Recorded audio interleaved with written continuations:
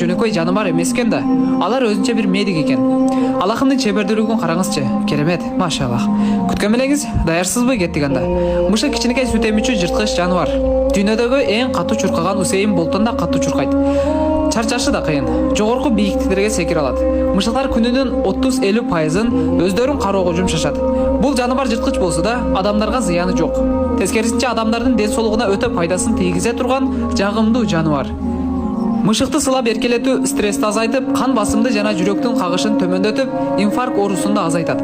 Мышык адамдардын сүйүктүү жаныбары эле болбостон, адам организминин ооруган жерин бат эле аныктап, аны дарылап, айыктырып да коет. Зоопсихолог алымдары мышыктан бөлүнүп чыккан ысыктык инсандын денесиндеги ооруну басаңдатып, жана аны сылаштык, ар кандай депрессия, тынчсызданууну кетириштиги жөнүндө айтып чыгышты. Акыркы илимий ачылыштардын негизинде мышык таза жаныбар экендиги жөнүндө аныкталды, далилденди. Мышыктын денесинде айрыкча оозунда эч кандай микробтор болбойт.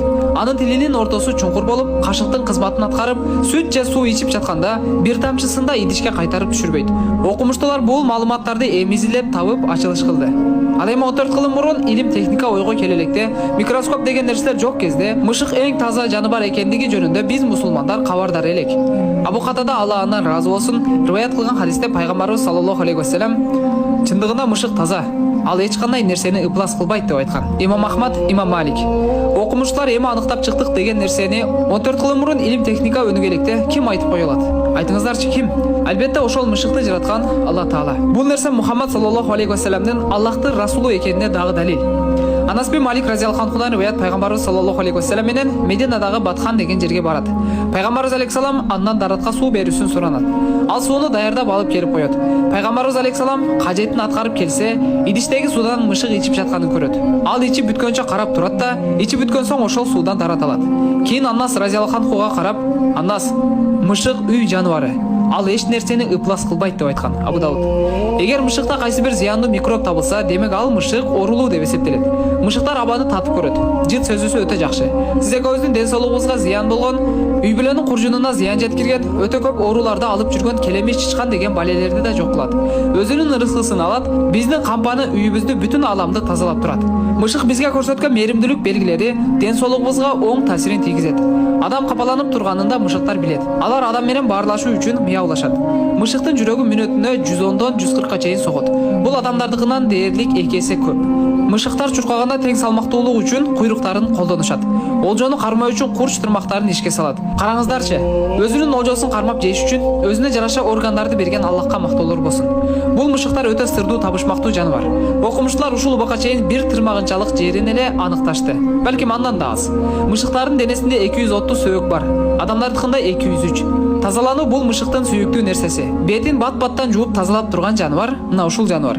Эне мышыкта балдарынын беттерин тили менен улам тазалап турат. Мышыктын тили тарактын да кызматын аткарат. Мышык музыканы жактырбайт. Музыка сүйүүчүлөр, ага көнүп алгандар. Келгиле ушул жаныбардан ибрат алалы. Жүрөктө эки нерсе бирге боло албайт. Жүрөгүңүздө музыка болсо, Куран көп угуңуз, музыканы Куран кууп чыгат. Азыркы биз угуп жаткан көп музыкалар арам. Буну унутпаңыз. Билесизби? Мечиттерге киргени жалгыз мышыктарга гана уруксат. Эне мышык өз жашоосунда 100ге жакын мышыкты тууп алат. Жана дагы таң калыштуусу, тууп жаткан мышыктын жанында дагы бир мышык болсо, акушерканын кызматын аткарат да бири-бирине жардам берет. Үйдө жүргөн мышыктар адамдар менен баарлашуу үчүн үн чыгарышат. Бул эркетай жаныбар 100ге жакын ар кандай үндөрдү чыгара алат. Үй мышыктары 14-17 жыл жашашат. Тарыхтагы рекорд 38 жыл. Але жаңылана элек. Мышык адамга караганда жытты 14 эсе жакшы сезишет. Мышыктар жер титирөө болсун, сел бул нерселерди алдынан сезе алат.